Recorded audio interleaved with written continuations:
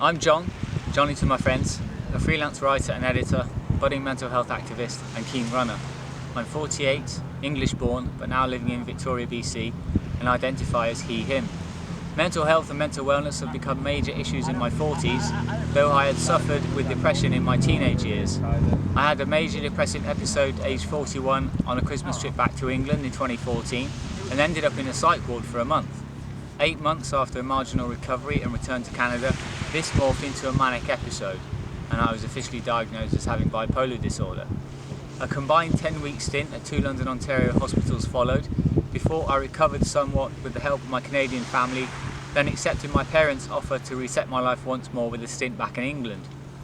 14 months later, I returned to Canada a second time in September 2017 and was stable for just over a year, until I had a second 3-part manic episode from October 2018. Spookily, right around Halloween and the same time of year I'd had the initial manic episode. Multiple hospital stays ensued and more drugs were prescribed to bring me down from the mania. That was February 2019. I remained on drugs for another year or so, trying to put the pieces of my life back together, as the mania faded and was replaced by low-lying depression. The future looked bleak, and I wondered how I got to this point. Nearly 46 years on planet Earth, and with not a lot to show for it. But I had my family, led by my amazing parents, whose unconditional love and support kept my flame flickering in the darkest days. I had my friends, the ones who stepped forward when I needed them most, and helped guide me back to a life that made sense.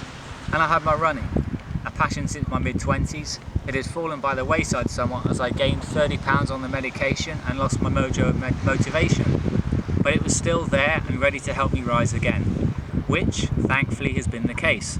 18 months after weaning myself under medical supervision off the remaining drugs, which has served their mania quelling purpose, I'm in a good place.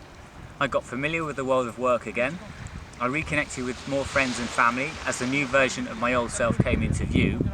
And most satisfying of all, I got back into running and found it truly was the best medicine for me.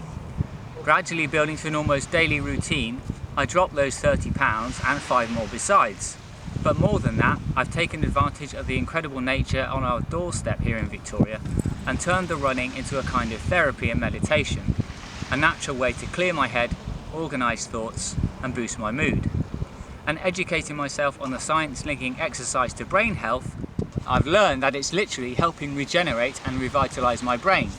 A fact alone that keeps me motivated and moving. Are there still challenging times? Of course. Every day I have to work at it and ensure I stay busy to keep the black dog at bay. Not least in the late afternoon and evenings when it likes to taunt me and highlight that I'm still single at 48 and rebuilding a writing journalism career virtually from scratch, having dropped off the radar while riding the bipolar roller coaster. And the stigma that goes with mental health issues and anything related has been a tough nut to crack. Your true friends and family members stick by you, but others have faded into the background, either not equipped or not prepared to educate themselves and become equipped to salvage the friendship or connection. The number one message I want people watching this video to know is that those afflicted with mental health issues are still the same people they always were underneath, just as kind, capable and brimming with passion and potential. The peak periods of mental illness will, of course, bring challenges to all involved, as will the recoveries. But the human body has incredible powers of regeneration and can bring you back from the brink. Like so many things in life, nothing comes easy, but hard work pays off and hope springs eternal. That's my story. Now I need to go for a run. Thanks for watching.